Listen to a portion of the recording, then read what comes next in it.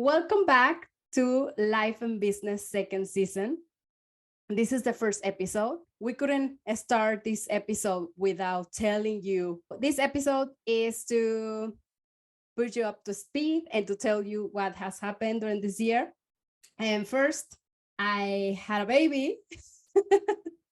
So she's almost 1 year. That's amazing. It's 1 year ago that I started Life and Business podcast. So during the first season, I couldn't be that present when I was launching the first season. So here I am doing everything I can to enjoy this season because I really like it. I really like the podcast. And I think it's one of those things that I feel luxurious. It's like, oh, yes, I have a podcast. Just I'm going to keep doing it, even though I don't have enough time.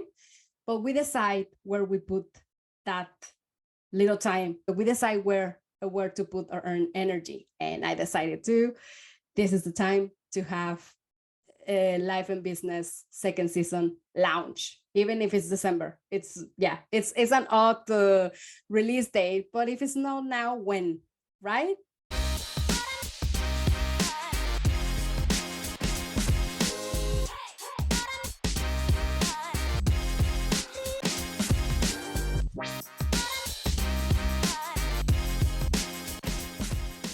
Welcome to Life and Business. This is a podcast where we talk about money, family, kids, business, life, and how these things are mixed together in a perfect recipe. My name is Rosa Camero, and I am your host. And I am really happy that you're here and you are going with me in this journey. What has happened in my year? Oh, I had a baby. She's almost 1 year old. So imagine, lots of things has happened. In 1 year, it's just, I think, you can see where you were before and where you are now. So in 1 year, you can see, okay, I want to go there. I want to be there. But when you reach that point, then you will see, wow, I am not where I wanted to be, or I am, and it's much better. And it feels so great that I had that goal. So 1 year tells a lot where we're going. So I had a baby, and it was great. I was really tired in the end. With my 2 pregnancies, I have felt like really creative, and I have been really active and doing things. I thank the universe that I had really nice pregnancies. So I didn't suffer about anything. I needed to be checked often because the first time I had C-section, and then this time I had a natural birth. So they needed to check because the baby was coming late. She didn't want to go out from the womb.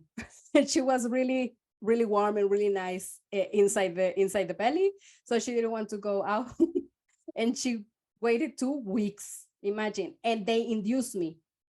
So I had an induced birth, and that was really difficult. In the end, I couldn't walk that much, and I couldn't move that much because I was really heavy. Like I felt heavy. I felt like I cannot do it anymore. And I remember we went to the hospital, and they wanted me to go back to my home because I didn't have contractions. So they checked and they said, okay, you are dilated, I think 3 or 4 centimeters. Okay, so come back tomorrow. It's like, I don't want to come back tomorrow. Like, I want to have this baby now. And they say they didn't have enough staff. So imagine. So I was desperate, and I cried. I literally cried there. And they told me, and we have a space during the night, then we call you. Or maybe I can check, and if you just stay around, go and have dinner, and then come back later, I will tell you we can take you in today. So we stayed nearby. We went and have dinner, and they call us. They call us like 1 hour and a half later. They said, we have a spot. Let's just come and check in. So it's like, you're having a baby today. And yes, actually, it was a big process of around, I think, maybe 12 hours. And they needed to make sure that I have everything, like I was okay. I was full with the cables, and they needed to hear the heartbeat of the baby.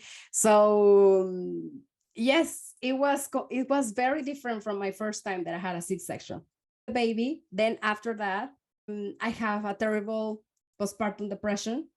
My baby didn't want the boob, so she didn't want to drink milk from my breast.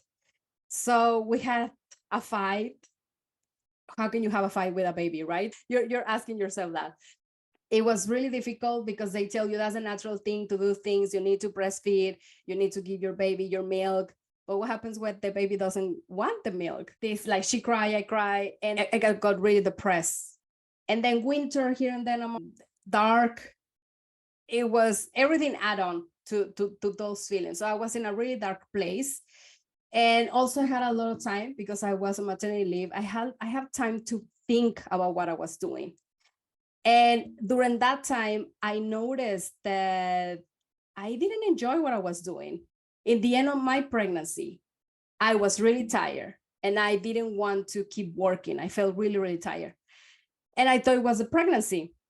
But after having the baby, after having this time where I could think and I was away from work, I noticed that I wasn't happy. I noticed that I wasn't fulfilled with what I was doing. At some point, the company or the marketing agency that I was running, it was getting bigger. We were having amazing projects. I ended up in a corner where I didn't want to be. I realized that I was burnt out. I realized that I felt resentful and I felt disappointed. And even if I earn lots of money with different projects, like the company could grow more, I don't think I could have enjoyed more because I was already disappointed. I was already enraged, and I had this moment and these feelings, and this is not the way I want to enjoy working. Like, this is not the way I want to run a business. I don't want to feel disappointed or resentful towards my business that is actually making money, that is actually giving me something. And also I felt resentful with the people I was working with. So I stepped back and I went in myself. I had introspective on myself, and I realized that I didn't want that. So I decided to leave that business journey and decided to do things by myself. So I went from having a team and having a steady income to going back to do something different, to start something different, to just create something different. And in my mind, and this is probably the ego talking, it was going to be easy because I already have experience. I already, like, people know me, people want to work with me. It was going to be easy. It hasn't been as easy as I thought, but this time the journey is different. I'm enjoying it and I'm learning and I'm getting rid of all habits, all patterns that I was following, that I thought that was the only way of making money. And this time I'm making money on my own terms. And this time I'm making my business the way I wanted. And the most important is that I love what I'm doing, and I love supporting other creatives, and I love talking about money, and being a coach for those that they want to have their business, but they don't know how or where to start. That's what I was missing, that I missed when I started my business. Like, I tried to find mentors, or I tried to find people I could work with in the film industry. Like, I couldn't find anyone. Like, no one is open to share their success because they're afraid other people's gonna steal from them. And also they're too busy. It's like they're not, they don't have the time to sit down with someone new and explain those things. It's the way I'm doing now. I'm having my program and I'm doing one-on-one coaching with people who wants to open their creative business. And I also doing marketing consultant, and I'm working with companies as well. That can be another revenue stream for your business, but we're not used to that. It's like you struggle alone, right? Or we have the problem that we don't ask for help. We think we know everything and we think we can do everything ourselves. And sometimes that's not true. It's not sometimes, it's the truth. We cannot do everything ourselves. But in the beginning, that's the way it is. The beginning, when you open your own business, when you're having your own adventure, you need to do everything yourself. But you know what? The great thing about that is that you get to know your brand and your business inside and outside. When you hire someone, you know what works, what doesn't work, and why you like, why you are the owner. It's like taking ownership of that CEO role, right? And so, yes, I opened this business back, I will own in June, and it's been amazing. If you have followed me for some time, you know that I love to talk about vision boards, and you need to see yourself where you want to be, making lists, manifest. So I talk about all those things. So I have my vision board and I have my phone, and I have a vision board there, and I have also a vision board in my screen, in my computer screen. And I had, since I started in the beginning of the year, I wanted to have a program. I wanted to have like kind of like a mastermind, like a program, like a course, something digital where I could help others. So I wasn't sure what I wanted, but it was in my vision board. Now I have it. So from, I think, the 6 things that are in my vision board, only one hasn't become real. But also I have applied for my permanent residence in Denmark. And this is an exclusive, because I have been granted a permanent residence, and that was also in my vision board. And it's really difficult for those who live in Denmark, you are a foreigner, applying for the permanent residence, and all the immigration process is very difficult. It's not an easy task. It's not easy to live here in Denmark as an immigrant. So that was on my vision board as well, and that became true. So all the things that I share in my vision boards that I want to have, them most of the times, or not most of the times, all the time become real. Some of them, they take less time than others. Some others I need to wait a little bit longer, but it's like I know that that's gonna happen. That's the thing. Like, you need to believe. You need to believe that's gonna happen. It's not about just putting it out there, but doing the job, taking action, and believing. The believing part probably is the most difficult, but it is possible. And you don't have to believe all the time. You don't have to be positive all the time. And you don't need to be happy all the time, because that's impossible. We are humans. It's just not possible to be positive and to be happy all the time. But when you feel that the ugly side of you is taking your persona, or is becoming very real, you stop. And then you think, okay, this is not the person that I want to be, but it's fine. I accept myself. I love myself. And this is the way I am. And it's fine. I just saying that right now, I just felt like, oh, okay, so I can breathe. It's fine. That's the way it is, right? Yes, I was talking about the program, and it was in my vision board. I didn't know how to start it, and it became real. It became real in the end of August, September.